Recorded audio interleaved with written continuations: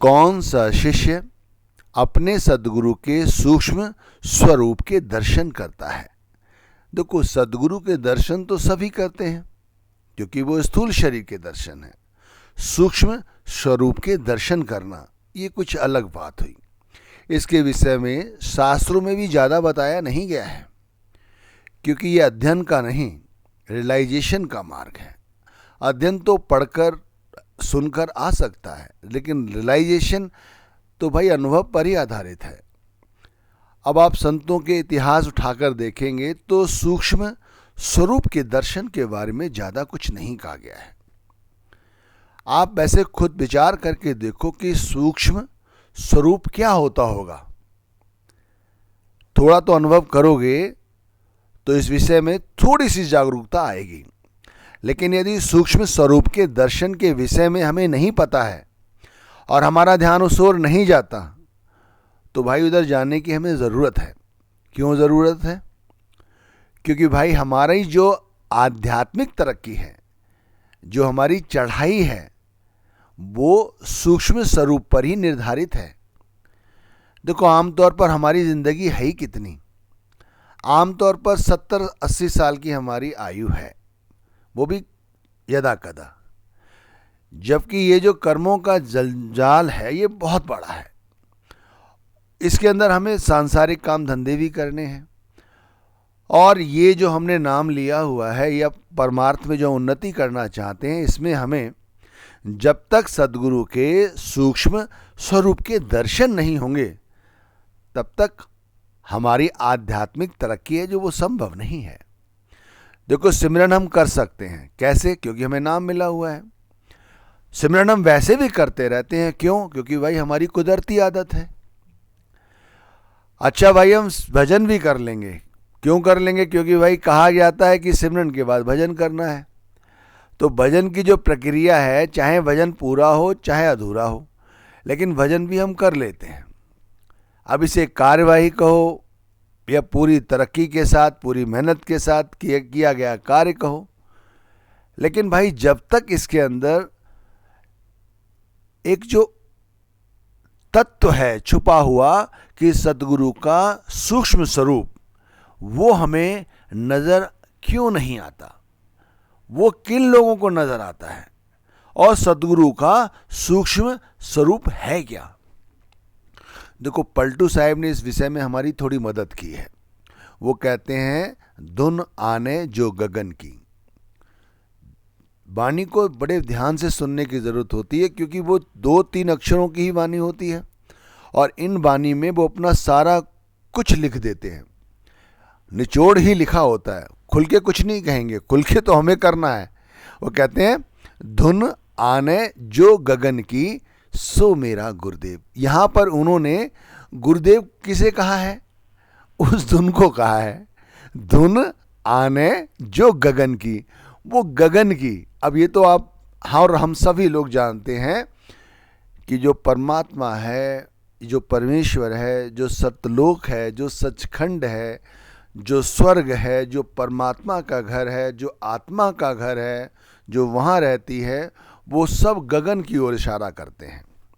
तो यहाँ पर ये कह रहे हैं, जो धुन आती है उस गगन से, भाई वही मेरा गुरुदेव है। तो इन्होंने बड़े स्पष्ट शब्दों में कह दिया कि भाई सूक्ष्म स्वरूप क्या हो गया? सद्गुरु का धुन। अब यहाँ पर कोई और संत महात्मा की भी वाणी लेंगे तो वो धुन के साथ प्रकाश को भी जोड़ लेंगे। वो प्रकाश के विषय में भी ये बात कह सकते हैं।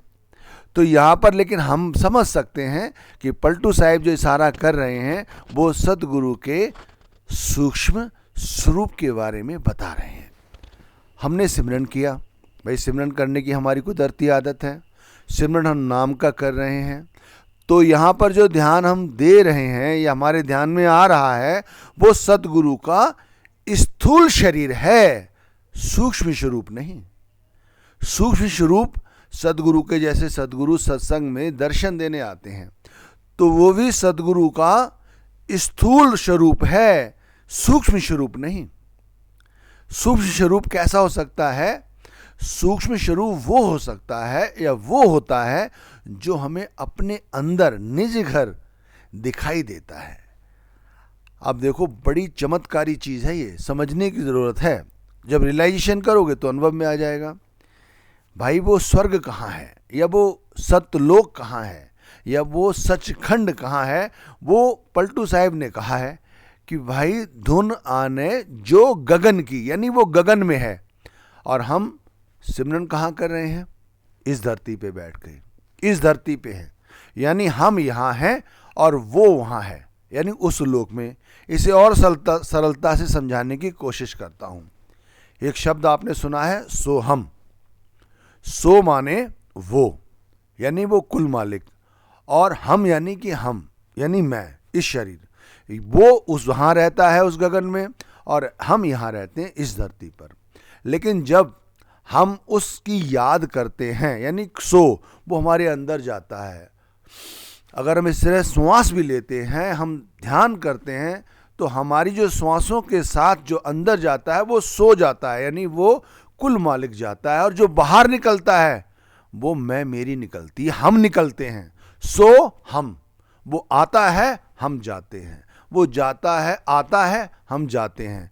वो जब तक आता है और हमें इसकी अनुभूति हो जाती है तो हमें ये तत्व ज्ञान हो गया, हमें ज्ञान हो गया, और ये हमारे रियलाइजेशन में आ गया, और हमें पता चल जाएगा कि जो श्वास आ रही है जा रही है वो परमात्मा आ रहा है और हम जा रहे हैं। परमात्मा आ रहा है, मैं मेरी जा रही है।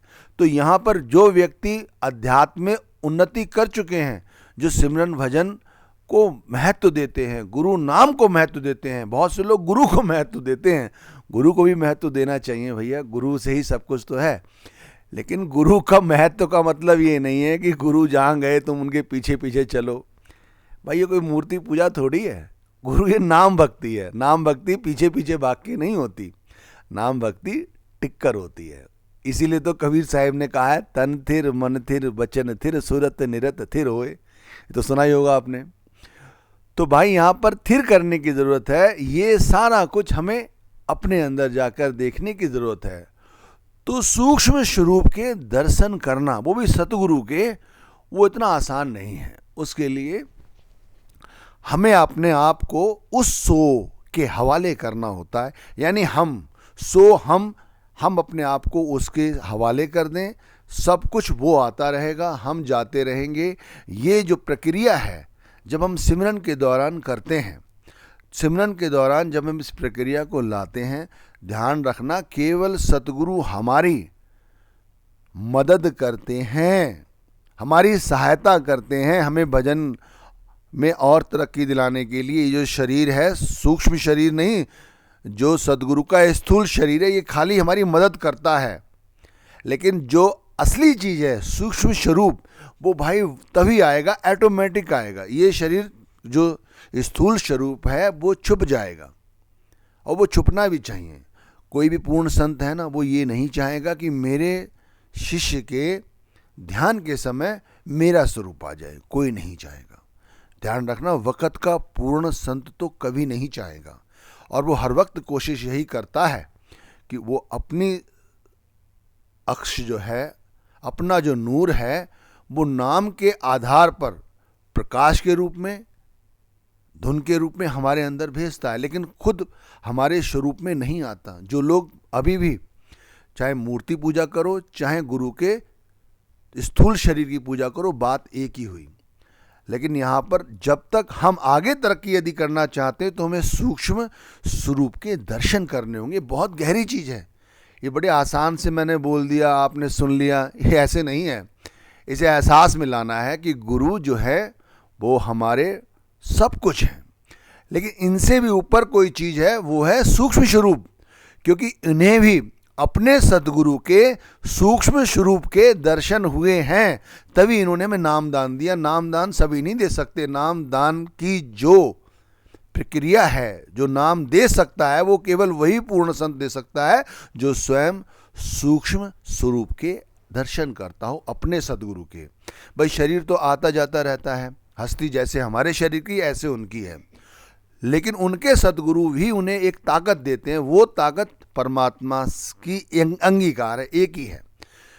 जब सद्गुरु के सूक्ष्म स्वरूप के दर्शन होने लगते हैं, तब ये समझ लीजिए, जैसे पलटू साहब ने इशारा किया, धुन आने जो गगन की जो धुन है ना, ये धुन जो आती है हमारे अंदर, ये इसी मतलब सो हम निकल चुका होता, उस सो के माध्यम से हमें अपने अंदर जो वहाँ सब कुछ होता है, जिसे देखने के लिए इतने ग्रंथ, इतने शास्त्र, इतने नाम, इतनी भक्ति करने को जो कहा जाती, फिर हमें अपने अंदर ही नज़र आती है। फिर चाहे आप जैसे जैसे भक्ति करोगे, अभ्यास में लाओगे, हमें आपको खुद ही पता चलेगा कि देखो अपने अंदर, जैसे हम कहीं घूमने जाते हैं हिल स्टेशन पे, आपने देखा होगा वहाँ पर एकदम से सुबह सुबह के वक़्त में सूर्य का अलग प्रकाश होता है, रात्रि में कुछ और होता है, कुछ अलग आवाज़, ये सारी कुछ बाहर की जो रचना है, धरती की नहीं, बाहर मतलब वो ऊपर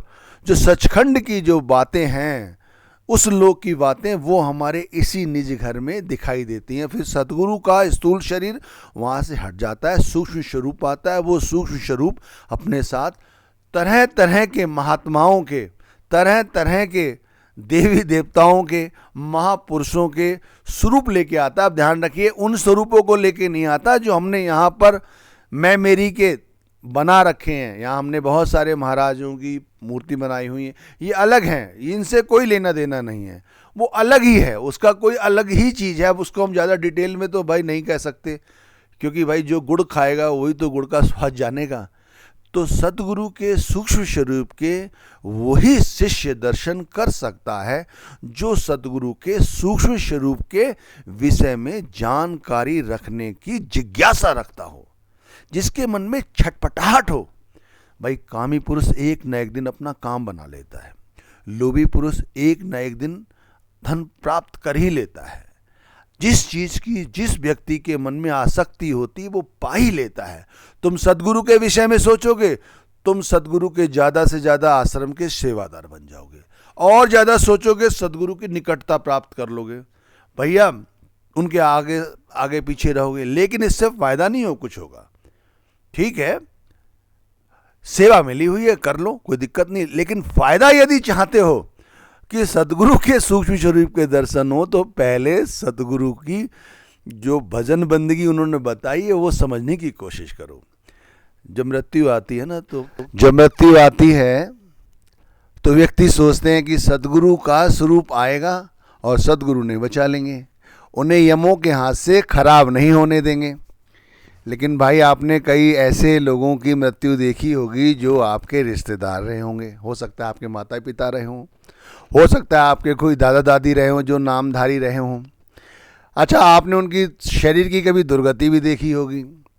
जब वो चले जाते हैं तब आपके दिमाग में आता है, यार कमाल है, सदगुरु उनकी संभाल तो करी नहीं, कैसे संभाल हो सकती है। तो यहाँ पर एक गलत फहमी है लोगों के मन में कि जब सदगुरु उनको आके बचा लेंगे, उन्हें अपने स्वरूप के दर्शन देंगे। अच्छा भाई चलो एक बात ऐसे समझो, माना तुमसे पहले तुम्हारे सदगुरु चोला छोड़ गए हैं, अब सदगुरु की खुद ही कहते हैं कि भाई हमारे शरीर की जो हस्ती है वो शमशान घाट तक है, अब क्या करोगे आप। फिर आपके दिमाग में विचार कौन देगा, तरह तरह के संशय आएंगे।